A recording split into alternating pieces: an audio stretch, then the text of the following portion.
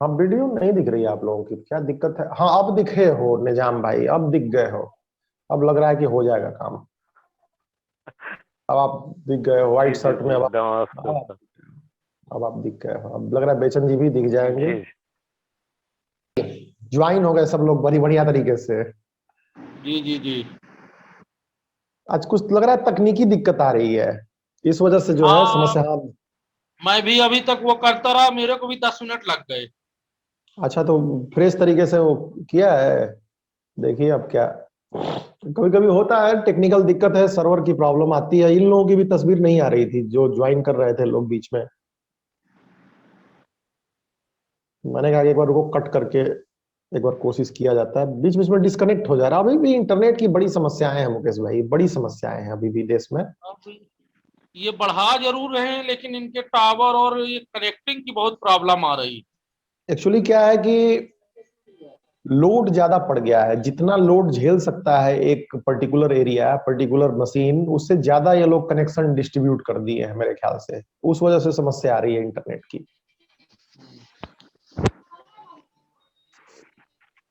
क्या कहा जाए। Unable to connect, you are connected to the internet, your connection to Zoom is not blocked by a firewall or proxy। देखिए, एक मित्र है जो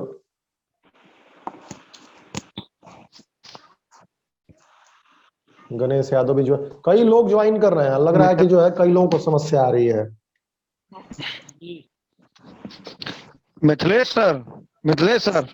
बेचन भाई नमस्कार। बोलिए बोलिए प्रभु। गणेश जी बहुत बहुत स्वागत है। नमस्कार। लग रहा है आप भी बड़ी देर से ट्राई कर रहे थे, इसी वजह से जो है। मैं नहीं कर रहा था, एक मित्र आए हुए हैं, मैं उनके साथ बैठक में था, तो मैंने अच्छा। कहा कि ज्यादा ही एक्स्ट्रा हो गया, तो फटाफट हाँ भाग हाँ, कोई बात नहीं, कोई बात नहीं। आज कुछ दिक्कत आ रही है, दिक्कत आ रही है। अच्छा। हाँ।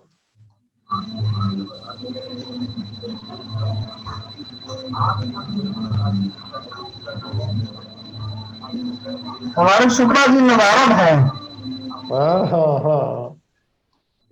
अब आगे निराला जी भी ज्वाइन कर ले।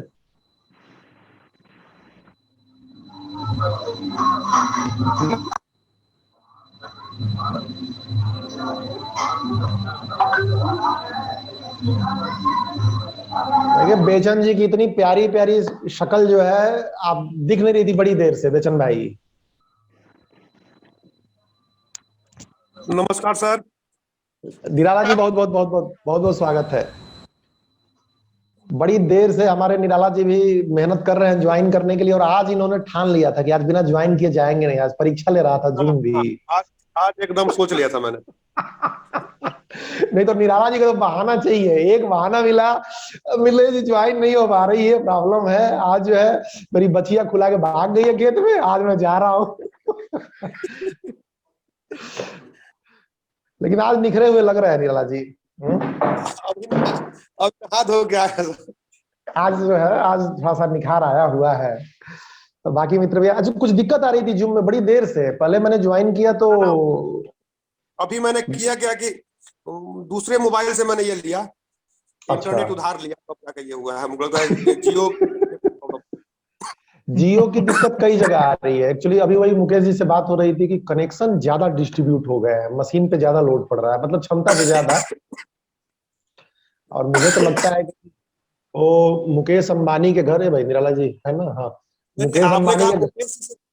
आपने कहा मुकेश जी से, तो हम वही सोचने लगे कि मुकेश जी से बात हो रही थी आपकी। नहीं लेकिन नहीं बात मुकेश अंबानी जी के पास पहुंच गए। नहीं, अब जियो के नेटवर्क से परेशान कोई बंदा, हो सकता है कि मुकेश अंबानी जी के घर के बाहर वो छोड़ आया हो स्कॉर्पियो। ठीक है। नहीं, जयसुल हिंद ने कहा कि हमने छोड़ा है। बड़ा आजकल आजकल खबर वायरल हो रही है। नहीं ठीक है, तो मजाक का विषय नहीं है खैर, लेकिन भाई इस तरह से नेटवर्क देंगे कोई क्या करेगा बंदा? गणेश भाई क्या कहते हैं? क्योंकि अपने घर का नेटवर्क बढ़िया मिल रहा था, बाकी आम जनता कहीं भी जाए उन्हें क्या फर्क पड़ता। बस अच्छा, यही कुछ लोग बात है। ऐसे हैं कि रिलायंस से वाकई खार खाए बैठे हैं। एक हमारे मित्र हैं यही बलिया में ही, अच्छे पत्रकार है, पुराने पत्रकार। और वो समझिए कि वो एयरटेल के घर में बिल्कुल नहीं चलता है। मैंने बोला कि जियो ले लीजिए, वो बोले जियो किसी कीमत पर नहीं लूंगा, अंबानी को 1 रुपया नहीं दे रहा है। ठीक है, इस मत समय सर दीजिए। एयरटेल की भी बहुत हालत खराब है, उसका नेटवर्क एयरटेल तो बिल्कुल नहीं चल रहा। मार्केटिंग करता है, बाकी वो चीट करता है एयरटेल, मैंने देखा हुआ है, चीटिंग करता है कस्टमर। मार्केटिंग करेगा, बहुत अच्छी स्पीड है, बहुत अच्छा काम है, ब्लॉगिंग वीडियो हर जगह, लेकिन एक्चुअल उसकी सर्विस बहुत अच्छी नहीं है एयरटेल की, खासकर 4G में पहले था। चलिए भाई साहब, क्या है ना, तो सबसे बढ़िया वोडाफोन का ही है, लेकिन उसका नेटवर्क भी ठीक नहीं है, सबसे फेयर डील है। वोडाफोन में भाई साहब मैं बताऊं कि पहले अच्छा था, लेकिन 4G में टेक्नोलॉजी में मुकाबला नहीं कर पाया सब टेक्नोलॉजी में। आइडिया में जब से कन्वर्ट हो गया है तो और दिक्कतें जा रही। मतलब 2G में ये सब अच्छे खिलाड़ी थे, 4G में रिलायंस बढ़िया खिलाड़ी रहा है, बढ़िया खिलाड़ी रहा है, लेकिन वो भी कनेक्शन बहुत ज्यादा डिस्ट्रीब्यूट कर दिया है इंफ्रास्ट्रक्चर के मुकाबले में, ओवर सेलिंग हो गई है उसकी। तो एक टावर पे अगर 50 लोगों का लोड है तो फिर बाकी। देखिए और मित्र बेचन भाई ठीक है, तबीयत ठीक है आपकी बेचन भाई? ऑडियो बेचन ऑडियो भाई तो ऑन कर। सर बढ़िया है सर, बढ़िया है। सभी भाइयों को नमस्कार, न्यूज पोर्टल एसोसिएशन में आप लोगों का स्वागत है भाई। क्या नमस्कार, बात है नमस्कार। बेचन जी नमस्कार, बहुत बहुत स्वागत है। गर्दा मचाए रहते हैं बेचन भाई भी, हमारे किसी दिन मूड में आते हैं तो तोता मैना की कहानी पोस्ट करना स्टार्ट करते हैं।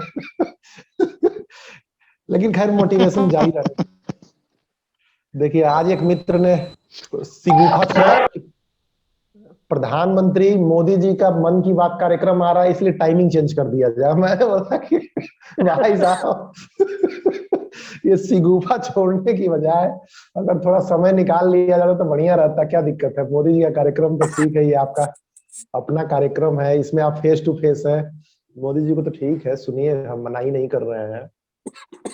अब मुझे पता था कि सिगुफा छोड़ा जा रहा है कि टाइमिंग चेंज हो, बाकी न खुद आना है किसी को न किसी को आने देना है, बस एक बार डिस्टर्ब हो काम कहानी।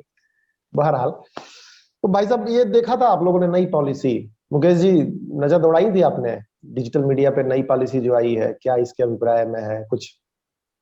अभी तो नहीं देखा हूँ सर। चंद्रकांत जी थोड़ा प्रकाश डालना चाहेंगे इस पे? चंद्रकांत भाई नई पॉलिसी क्या है, इस पे थोड़ा सा प्रकाश डालिए, थोड़ा देखा होगा आपने हल्का फुल्का, बहुत सारी देखिए, नई शंकाओं का। पॉलिसी में मिला जुला के जो बातें मैंने पढ़ी थी उसमें यही समझ में आया कि सरकार का कहना है कि मिला जुला के हम ये करेंगे, क्या कहते हैं, जैसे कि अभी कुछ दिनों पहले बिहार के मुख्यमंत्री ने भी कहा था कि जैसे OTT प्लेटफॉर्म्स है या फिर और जगह वहां पे वल्गैरिटी जो है परोसी जा रही है, जो कि समाज के लिए नुकसान है। तो सरकार ने निश्चित रूप से इस तरफ कुछ पहल और कुछ ये किया है कि मतलब इस तरह के कंटेंट है उस पर कार्रवाई होगी। लेकिन एक जो मूल गड़बड़ी ये है कि कार्रवाई स्पष्ट रूप से ये नहीं समझ में आ रही कि कार्रवाई किस प्रकार होगी, कार्रवाई में मतलब सजा क्या होगी। ऐसा कहना कि हटा लेना 24 घंटे के अंदर कोई अश्लील मतलब ये कंटेंट है तो उसको हटा लेना, या कोई गलत ये है तो हटा लेना, लेकिन 24 घंटे बहुत ज्यादा होते हैं। तो खैर सबसे मजेदार ये बात है कि सरकार ने सोचा इस विषय में, लेकिन एक जो है दुर्भाग्यपूर्ण बात अभी भी जो बनी हुई है लगातार, वो ये है कि सरकार का जो है ये अभी तक नहीं निर्धारित हुआ कि न्यूज पोर्टल्स के लिए उन्होंने कौन से कानून अब तक बनाए या अब आगे क्या करने जा रहे हैं, ये भी उन्होंने कोई बात नहीं बताई अभी तक। तो मिला जुला के स्थिति बहुत ज्यादा सुधारात्मक नहीं है, जहां थे वहीं है, थोड़ा बहुत हिले डुले है बताने के लिए जनता को कि हाँ हम कुछ कर रहे हैं, हम बैठे नहीं। लेकिन देखा जाएगा पूरी तरह से तो अभी तक कुछ मिला नहीं है, हम लोग अभी भी हम लोग खाली हाथ है और लड़ाई अभी और आगे लड़नी ही होगी, यही है। बिल्कुल सटीक आपने बताया कि जो है बस एक तरह से भूल भुलैया वाला स्थिति में छोड़ा गया। गणेश जी देखा था थोड़ा आपने इसका न्यूज तो नजर आई होगी, कुछ एक जरा प्रकाश डालिए, थोड़ा खुले, ये नई पॉलिसी क्या है, सरकार का मंतव्य क्या है इसके पीछे? पूरी गहराई में तो नहीं गया हूँ, लेकिन मेरा अपना व्यक्तिगत विचार है कि सरकार को जब कुछ अपने कार्य करने होते हैं तो उनकी पॉलिसी बहुत जल्दी आमल फामल में तैयार हो जाता है, लेकिन किसी आम जन के हित के लिए आम जन द्वारा कोई कदम उठाया जाता है तो वो पॉलिसी बनाने में उनको पता नहीं किंतु परंतु हो जाता है। तो ऐसा नहीं होना चाहिए, और जो भी पॉलिसी बनाए कम से कम सभी लोगों का ख्याल रखते हुए जल्दी से जल्दी बनाए, ताकि इतने पोर्टल के लोग काम कर रहे हैं और सबसे फास्ट काम कर रहे हैं, अन्य मीडिया के वनस्पत सबसे फास्ट काम अगर कोई कर रहे हैं तो पोर्टल के लोग कर रहे हैं, उनको देखते हुए जल्दी पॉलिसी बनाने की आवश्यकता है और सरकार को इसे ध्यान देना चाहिए। ठीक है गणेश भाई, आपने ही बताया लेवल पे देखा था मैंने एक प्रॉपर स्टडी, दो एक्चुअली घटनाएं हुई हैं जिसके संदर्भ में सरकार ने तेजी से ये निर्णय लिया है कि ये इस तरह की पॉलिसी होनी चाहिए। एक जो देश के बाहर घटना हुई चंद्रकांत जी, जो अमेरिका वाला जो एक ट्रम्प वाला हुआ कि कैपिटल हिल पे वहां लोकतंत्र पे समर्थक चढ़ गए, प्रदर्शनकारी चढ़ गए, तो वहां पे जो ट्विटर हो गया, फेसबुक हो गया या बड़े जो सोशल मीडिया प्लेटफॉर्म्स हैं, उनका रवैया ये था कि उन कंटेंट को उन्होंने प्रतिबंधित किया, राष्ट्रपति ट्रंप तक का अकाउंट सस्पेंड किया गया। ठीक है, तो वहां तो उनका रवैया ये था। यहाँ क्या हुआ, जब दिल्ली में प्रदर्शन हुआ और लाल किले पे जो झंडा फहराने की घटना हुई, तो सरकार ने जानकारियां मांगी ट्विटर से या दूसरे प्लेटफॉर्म से कि भाई ये जानकारी दो कि किस तरीके से चला जा रहा, टूल किट वाला जो मामला आया, और इन सस्पेक्ट्स के अकाउंट्स को आप हटाओ पर्टिकुलरली।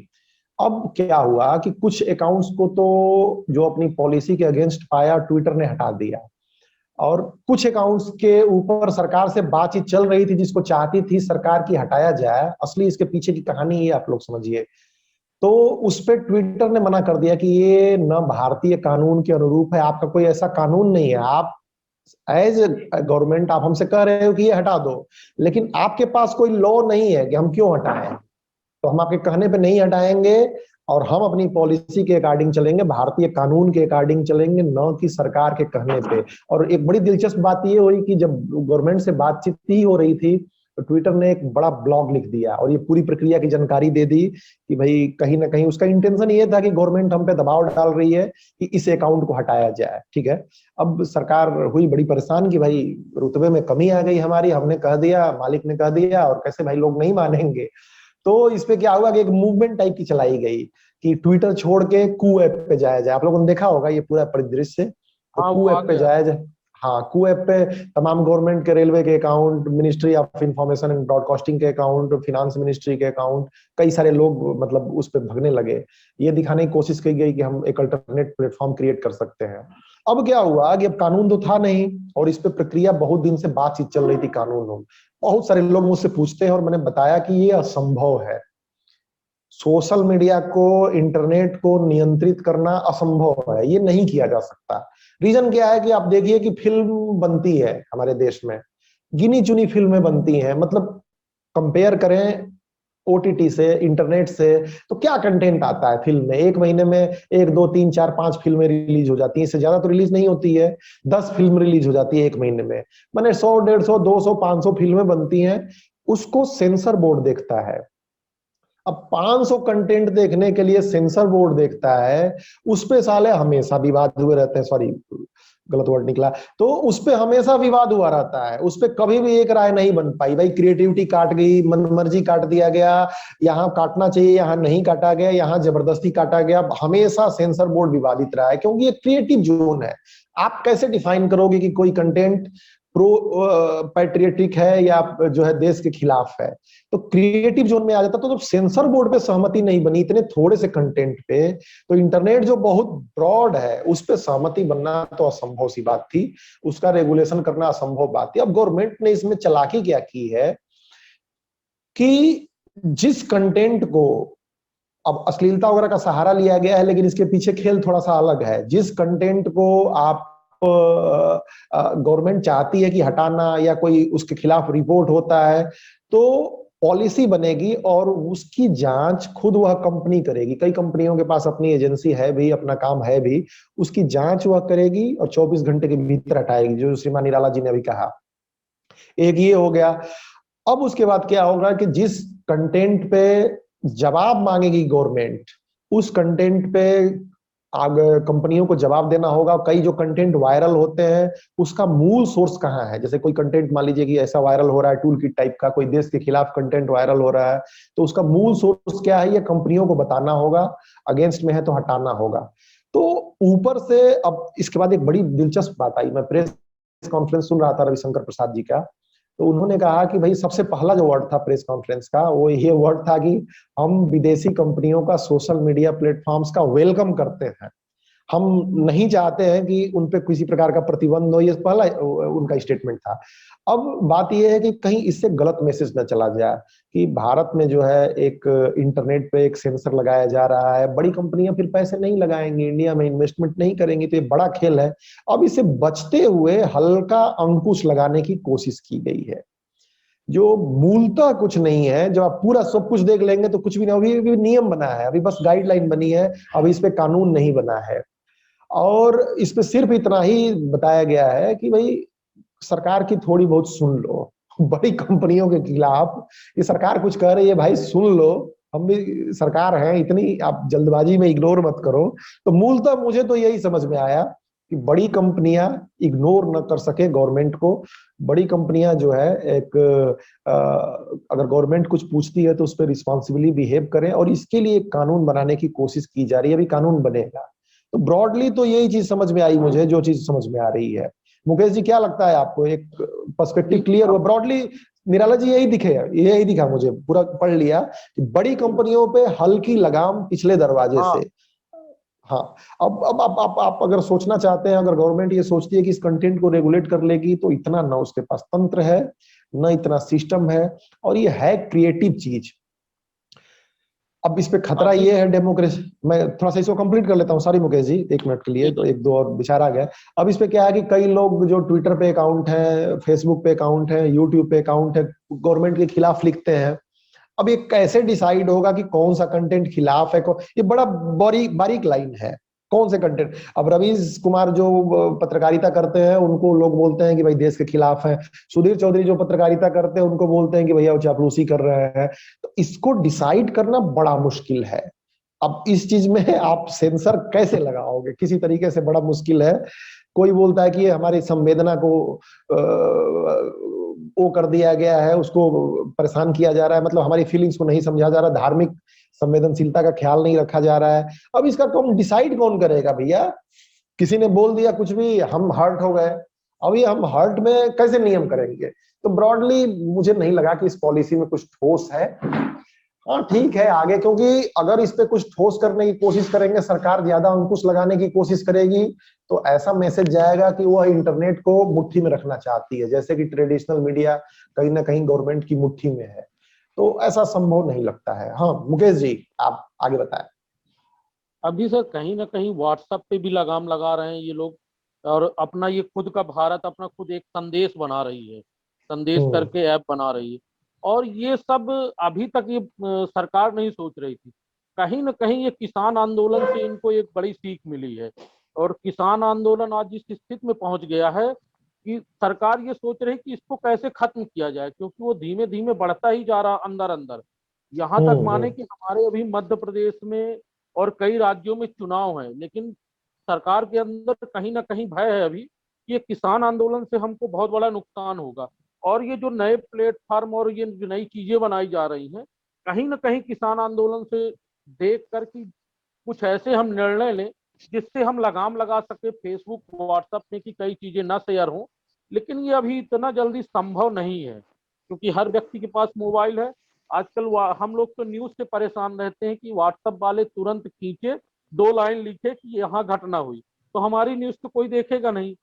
व्हाट्सएप में वो 256 का ग्रुप बना लिए, उसमें डाल दिए। तो पेपर वाले हों चाहे बड़े इलेक्ट्रॉनिक वाले हों, वेब वाले हों, सब परेशान है, क्योंकि आज की डेट में हर व्यक्ति पत्रकार बन गया है। वो 4 लाइन ग्रुप बना लिया, ये है जन संदेश, सतना बिहार संदेश, इस तरह के ग्रुप बने हुए हैं, और उसमें 4 लाइन लिख के डाल दिए, लोग उसको देख लिया। अब हमारा तो कोई देखेगा नहीं। लेकिन अब ये जो सरकार भी परेशानी है, कहीं ना कहीं ये जो बड़े आंदोलन हो रहे हैं, एक समय ऐसा था कि ये आंदोलन रुक गए थे, अब लेकिन धीमे धीमे फिर से कृषि आंदोलन हुआ, इधर डीजल पेट्रोल के लिए हुआ, उधर जीएसटी के लिए चल रहा, जीएसटी वाले में तो भारत बंद का वो हुआ। तो कहीं ना कहीं ये आंदोलन सरकार के लिए कष्टदायी बनते जा रहे हैं। तो अब सरकार इनसे बचने के लिए कहीं ना कहीं ये अपनी योजनाएं बना रही कि हम कैसे रोकें कि लोगों तक ये जानकारी न पहुंचे। ये असंभव है। 2014 में आंकड़ा आया था गणेश जी कि 100 टोटल जो लोकसभा की सीटें हैं 543, उसमें से 150 सीटें ऐसी थी जिन पे सोशल मीडिया का डायरेक्ट प्रभाव था। ये 2014 का आंकड़ा है। अब तो ये बहुत ज्यादा ये सघन हो गया है और ऑलमोस्ट हर एक सीट पर इसका अपना प्रभाव है, सोशल मीडिया का, सोशल प्लेटफॉर्म्स का, न्यूज पोर्टल का, डिजिटल मीडिया का, व्हाट्सएप का। अब ये असंभव है।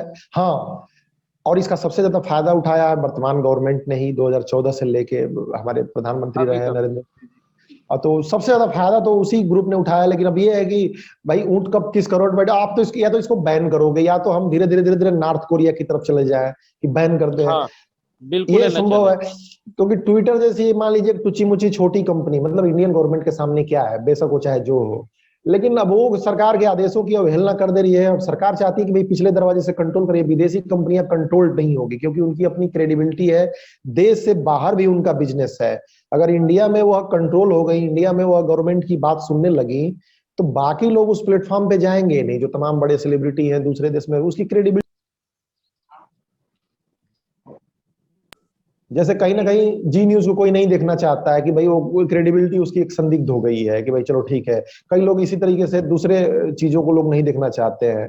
तो डेमोक्रेसी के लिहाज से अब गवर्नमेंट का ये सीरियस प्रयास नजर नहीं आया मुझे, बस ये टाल मटोल वाला प्रयास नजर आया। और कई लोग इस बारे में भ्रम फैला दिए। व्हाट्सएप पे बड़ा कुछ भी होता है, किसी ने छींक भी मारी तो भ्रम फैलाया जाता है कि न्यूज पोर्टल का रजिस्ट्रेशन जरूरी है, गवर्नमेंट ने नियम लगा दिया। कल से परसों से भाई साहब कई फोन आ गए मेरे पास, निराला जी अच्छा रजिस्ट्रेशन कैसे कराएं, गवर्नमेंट रजिस्ट्रेशन करा रही है। मैंने बोला कि काम करो भैया, उल्टा लटक जाओ और बाबा रामदेव का रजिस्ट्रेशन वाला कोरोनी ले लो। कुछ भी होता है, ये भ्रम फैला दिया जाता है कि न्यूज पोर्टल का रजिस्ट्रेशन जरूरी है। बड़ा सख्त हो गया ये। सारी बातें हैं सरकार की जो नई पॉलिसी है, नई पॉलिसियों के साथ हम लोग हैं। कहीं से हम लोग नहीं चाहते हैं कि कोई देश विरोधी गतिविधियां हमारे देश में हो। लगाम लगा रहे हैं वो भी ठीक है, लेकिन सरकार के पास कोई सटीक विकल्प नहीं है। आप कू ला रहे हैं या फिर आप टेलीग्राम जैसा कुछ और ला रहे हैं, या आप कुछ भी लाए, उससे मतलब उसको आप कर नहीं पा रहे हैं यहाँ पे अप्लाई उसको उतना, या आपके पास सामर्थ्य नहीं है, या फिर आप जो भी है आपके तंत्र में कहीं ना कहीं गड़बड़ी है। अच्छा, इन सब से अलावा जो मुख्य बात यह है, हम लोगों की जो समस्या है कि आज 2012 से तो मैं खुद ही चला रहा हूँ न्यूज पोर्टल आपके साथ जुड़ के। आप देख रहे हैं कि हम लोगों ने कितना संघर्ष किया, लेकिन सरकार भी बदली, दूसरी सरकार आई, पार्ट 2 भी आ गया इनका, सब हो गया, लेकिन अभी तक कोई भी नियम कायदा कानून या कोई क्या सरकार के पास ऐसा नहीं है। तो मिला जुला के ये है कि सरकार जो है अभी एकदम सुस्त है। तो ऐसी सुस्त सरकार में या फिर जो ऐसी बातें हो रही हैं, यहाँ पे कुछ अभी सोचने समझने लायक है ही नहीं। अभी बस देखना है चुपचाप तटस्थ हो गए कि हो क्या रहा है। देखिए इसमें ये है निराला भाई, इसमें जो बता रहे हैं ना, इसमें ये है कि एक्चुअली गवर्नमेंट सोचती है कि हम तो इसका मतलब, या कोई एक पार्टी कर लीजिए पर्टिकुलरली, कि हम तो इसका फायदा उठाएं, बाकी लोग फायदा ना उठाएं। तो ऐसे थोड़ी होगा। इंटरनेट का प्लेटफॉर्म, भाई आपके हाथ में तलवार है, दूसरे के हाथ में भी तलवार हो सकती है। और इस पे क्लियर गाइडलाइन के साथ साथ नियम बनाए जाने, जैसे आपने खुद भी कहा कि सजा क्या होगी क्या नहीं होगी, तो इसके लिए करेज चाहिए। जैसे कि एक पिछला मुद्दा आया था कि पॉलिटिकल पार्टीज को चंदा कहां से मिलता है, इसकी जानकारी सार्वजनिक करने की जरूरत नहीं है। इसको आरटीआई से भी बाहर कर दिया गया है कि पॉलिटिकल पार्टीज को, अब भैया पॉलिटिकल पार्टीज को ऐसा नहीं हो सकता है कि भाई बीजेपी को चंदा मिले तो उसकी जानकारी किसी को ना हो, कांग्रेस को मिले तो जानकारी हो, या कांग्रेस को चंदा मिले तो किसी को जानकारी ना हो, बीजेपी। तो कुछ लॉज ऐसे हैं जिसपे बड़ा बारीकी से गवर्नमेंट को विचार करना चाहिए और ठोस देना चाहिए। अगर ठोस नियम बना देंगे तो ट्विटर मानने को विवश होगा कि भैया गवर्नमेंट की बात माननी पड़ेगी। आप इसको कानून बना दीजिए कि एक अगर लॉ आ गया कि इस अकाउंट को हटा दिया जाएगा तो आपको बात माननी पड़ेगी।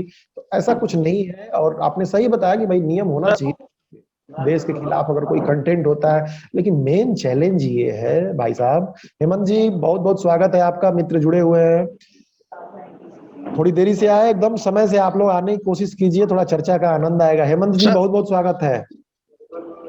आप ऑडियो कनेक्ट कर लीजिए, ऑडियो कनेक्ट कर लीजिए, ऑडियो कनेक्टेड नहीं है आपका।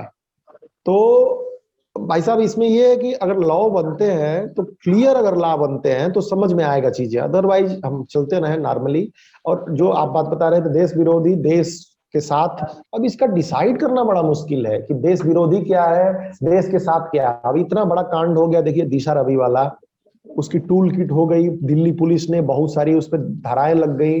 लेकिन अभी आप एनालिसिस देखें तो कई लोगों का यह भी कहना है कि वो देश विरोधी उसमें कुछ नहीं था, कई लोग ऐसा कह रहे हैं। तो ये बड़ा सब्जेक्टिव टाइप का क्वेश्चन है कि जैसे कोई पूछ दे कि भाई मिथिलेश अच्छा है या बुरा है।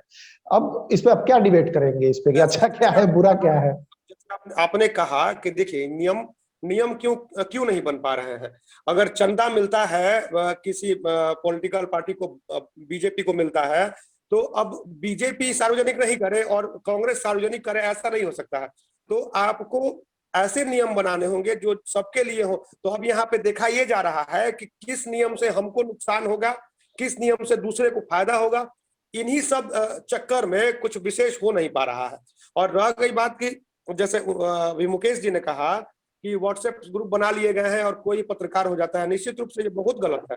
कोई भी पत्रकार कैसे हो जाता है? तो यही यहाँ पे इसकी जरूरत है कि एक कठोर नियम बने कि जो बस इसको आपको फॉलो करना होगा। आप पत्रकारिता की डिग्री भले ही ना ले, लेकिन क्या आपके पास अनुभव है साल भर का, या फिर कुछ ऐसा कि जिससे आप ये कहें कि हम जो लिख रहे हैं या डाल रहे हैं उससे किसी को नुकसान नहीं होगा। तो ये सारी चीजें सोचनी होगी सरकार को, और सरकार अभी तक इस पे सोच नहीं रही है। बस वही देखना है सरकार क्या कर रही है। नहीं ठीक है, सोचे, उम्मीद करते हैं कि सरकार सोचे। श्री राम जी हैं Sarvepalli, doctor Sarvepalli Radhakrishnan human rights संस्था से। श्री राम जी, कुछ अगर आप ऑनलाइन हैं, कुछ इस पे विचार रखना चाहेंगे गवर्नमेंट की जो हालिया पॉलिसी आई? अगर ऑनलाइन है तो आए, ऑनलाइन तो आप होंगे, सुनते हैं। श्री राम जी, हाँ देखिए ऑनलाइन आपने चर्चा सुनी होगी। आप क्या राय है गवर्नमेंट की जो हालिया पॉलिसी आई है, थोड़ा नजर दौड़ाई होगी आपने, श्री राम जी बताएं।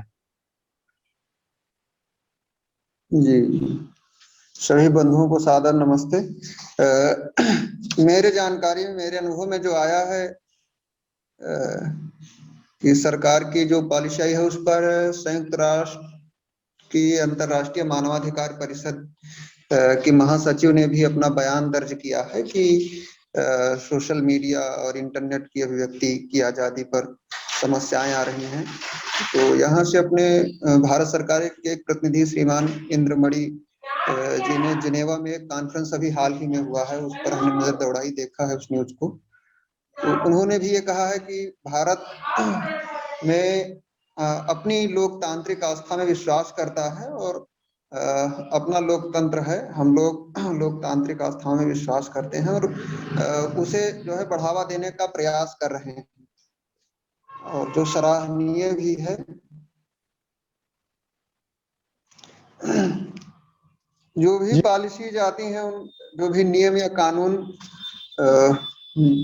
बना दिए जाते हैं, उन नियमों कानूनों का तो अनुपालन सबको करना ही होता है। और जैसा कि आप बता रहे थे श्री राम जी, आपने एक पॉइंट बताया कि संयुक्त राष्ट्र संघ में हुआ, उसकी प्रक्रिया की थोड़ी सी डिटेल बताएंगे आप, क्या वो था और क्या कहा गया क्या नहीं कहा गया? थोड़ा उस प्रक्रिया को, अगर आपके पास सटीक जानकारी है, थोड़ा डिटेल में बताएं। जी जी बिल्कुल। अभी 2 दिन पहले की न्यूज है सर, हमने उसको बिल्कुल विधिवत देखा है, अध्ययन किया है।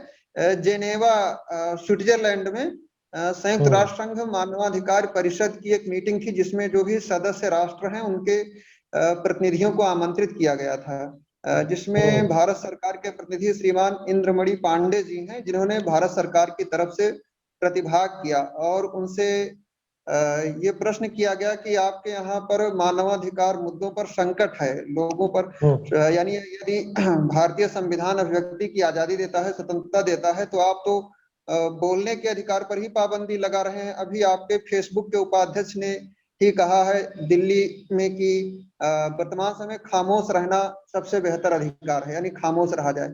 लेकिन अब ऐसा तो है नहीं कि बिल्कुल खामोश रहेंगे। अभिव्यक्ति की स्वतंत्रता है तो बोलना तो पड़ेगा ही, आवाज तो उठाना ही उठाना है। अभी कई राज्यों में अपनी टीम है, अपने संगठन की भी, तो अध्ययन में रिपोर्टें आ रही हैं, समस्याएं आ रही हैं अपने पदाधिकारियों के साथ, पत्रकार बंधुओं के साथ भी। तो अभिव्यक्ति की स्वतंत्रता है, बस देखिए भारतीय संस्कृति और सभ्यता में तो ये रचा बसा हुआ है और ये सबको अभिव्यक्ति की स्वतंत्रता प्रदान है, प्राप्त है। बस मैं यही कहना चाहूंगा कि जिन कानूनों का हमने अध्ययन किया है अंतरराष्ट्रीय, राष्ट्रीय और क्षेत्रीय स्तर पर, बस मेरा यही संदेश है कि सबका सम्मान करते हुए और हम लोग अपने काम को सकारात्मक तरीके से आगे करते हुए सार्थक बातें कही। थोड़ा सा समय की कम उपलब्धता है, बिल्कुल आ गया टाइम पे। जरा बेचन जी की राय सुन लेते हैं, फिर आगे की तरफ बढ़ते हैं, फिर अगर समय मिलेगा तो। हेमंत जी का ऑडियो कनेक्ट नहीं हो रहा है। सर ये जो नियम कानून लाए जा रहे हैं, हाँ जी, ये सब खोखले नजर आ रहे हैं। न्यूज पोर्टल के लिए अतिरिक्त ये कोई नियम कानून ठोस नहीं ला रहे हैं, जो हम लोग जिस तरीके से लोग बौखलाए हुए हैं। वीडियो तो ऑन कीजिए, बौखलाइए मत प्रभु, वीडियो ऑन कीजिए पहले बेचन भाई। आप बोलिए ये कर रहे हैं जो ये नियम कानून है सर, खोखले हैं, क्योंकि ये तो संविधान है के साथ हम लोगों को अधिकार दिया हुआ है कि सोशल मीडिया प्लेटफॉर्म पर लोग काम कर सके। लेकिन हमको जो अनुभव फील हो रहा है, ये सरकार हमको इसलिए पसंद करना चाहती है कि ये लोग जो हमारी प्रति आवाज उठाते हैं ना, जनता की आवाज पहुंचाते हैं, वो ना पहुंचा पाए। दूसरे नंबर ये चाहते हैं कि हम हमारी प्रति प्रतिदिन हमेशा ये लिखते रहे क्योंकि जनता की आवाज ना उठा पाए। दूसरे नंबर इनका जो मतलब वो है कि संविधान से हट करके ये लिख रहे हैं कि ये सोशल मीडिया भारत के लिए खतरा पैदा कर रही है, ये इनका कहने का मतलब है। लेकिन भारत के लिए जब सोशल मीडिया खतरा पैदा कर रही है, तो ये क्यों भारत के लिए अपने बीजेपी का सोशल मीडिया पे प्रचार प्रसार कर रहे भाई? ये भी तो ध्यान देने की बात है। ये सोशल मीडिया पे बीजेपी के लोग तमाम चीज ऐसे लिख रहे हैं, अगर उनके बारे में कोई खबर लिख रहा है या चला रहा है किसी नेता का बयान, तो उनको भद्दी गालियां दे रहे हैं कमेंट में। ठीक है, आपका मंतव्य तमाम पाठकों तक और न्यूज पोर्टल एसोसिएशन के दूसरे मेंबर्स तक पहुंच गया बेचन जी। और गवर्नमेंट को मुझे लगता है कि ऐसा एक नियम बनाना चाहिए जो सबके लिए समान हो, खुद के लिए भी दूसरों के लिए भी। हेमंत भाई का कनेक्ट हो गया है ऑडियो, आपने सुना होगा, विषय समझ गए होंगे। हेमंत भाई अगर कुछ इस पे अपनी राय रखना चाहें तो आपका स्वागत है। थोड़ा समय बचा हुआ है बहुत। हेमंत भाई आवाज आ रही है आपको? हेमंत जी अब तो मुझे लगता है कि ऑडियो कनेक्ट हुआ है आपका।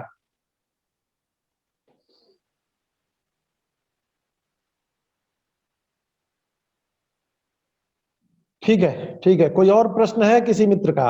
नहीं तो गणेश जी को मैं आमंत्रित करूंगा कि जो है इसको समराइज करें और इसके एक मोटा मोटी संदेश निकालें और सबका आभार प्रकट करें। गणेश जी, समय बिल्कुल कम है।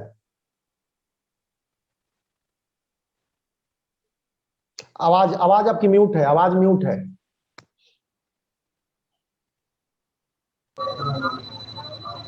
सभी साथियों का धन्यवाद कि आपने अपने महत्वपूर्ण समय में से कुछ पल इस मीटिंग के लिए निकाला। और आज का जो ये मीटिंग है, जिन विषयों को लेकर के था, सभी साथियों ने अपनी अपनी महत्वपूर्ण राय दी। सभी लोगों की राय महत्वपूर्ण थी और सरकार को इस दिशा में कोई ना कोई ठोस कदम उठाने पड़ेंगे ताकि जो भी सोशल मीडिया के साथी हैं उनको आने वाले समय में किसी भी प्रकार की दुविधा का सामना न करना पड़े, सुविधाजनक तरीके से अपना कार्य कर पाए। और विशेष रूप से निराला जी का धन्यवाद, क्योंकि आपने जो प्रकाश डाला है वो बिंदु बहुत ही महत्वपूर्ण था, जिस बिंदु पे आपने प्रकाश डाला है। मुकेश जी का धन्यवाद, आप बेचन प्रसाद जी का धन्यवाद, हेमंत जी का धन्यवाद, आप सभी साथियों का पूरा धन्यवाद कि आपने अपनी महत्वपूर्ण समय में से कुछ पल निकाला है। बहुत बहुत धन्यवाद। धन्यवाद आप सभी मित्रों का। Thank you.